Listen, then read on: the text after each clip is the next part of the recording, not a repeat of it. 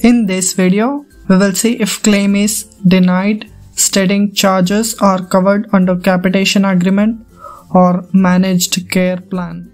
So hi friends, welcome to DM in MB. So this denial is represented by reason code CO24. Let us understand the denial reason. What is capitation agreement? So as per this contract, insurance will pay a fixed amount to provider who provides services to their insurance policy holders, irrespective number of times patient visiting for services. For example, if insurance company has 100 to 200 policy holders in a particular colony, it will go for a capitation agreement with the doctor who provides services within that colony. Now, as per contract, amount paid to the provider is calculated as per patient for specific period of time. So in this case, provider cannot file a claim to insurance whenever this 100 to 200 patient visits for treatment. If claim is submitted to insurance, it will be denied, stating charges are covered under capitation. Now we will see what is managed care plan and Medicare Advantage plan. So if Medicare beneficiary requires any additional benefits apart from Medicare benefits, so he or she can go to any commercial insurance to get additional benefits. These commercial plans are approved by Medicare and follows Medicare guidelines.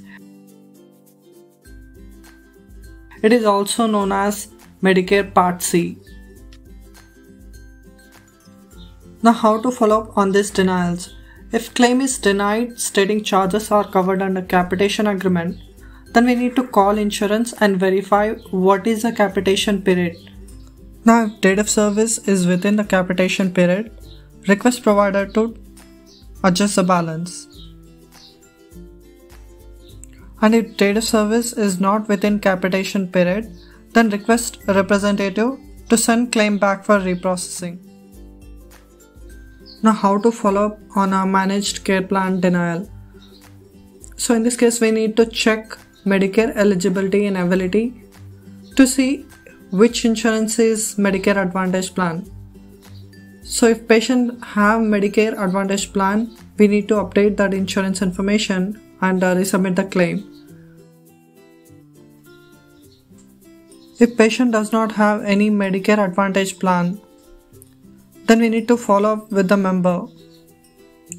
And hospice claims are not covered by Medicare Advantage plans.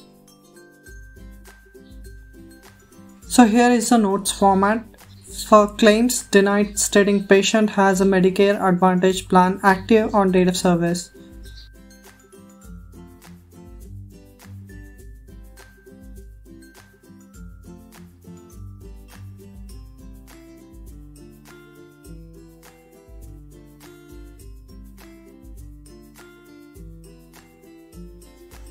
Alright, thanks for watching this video.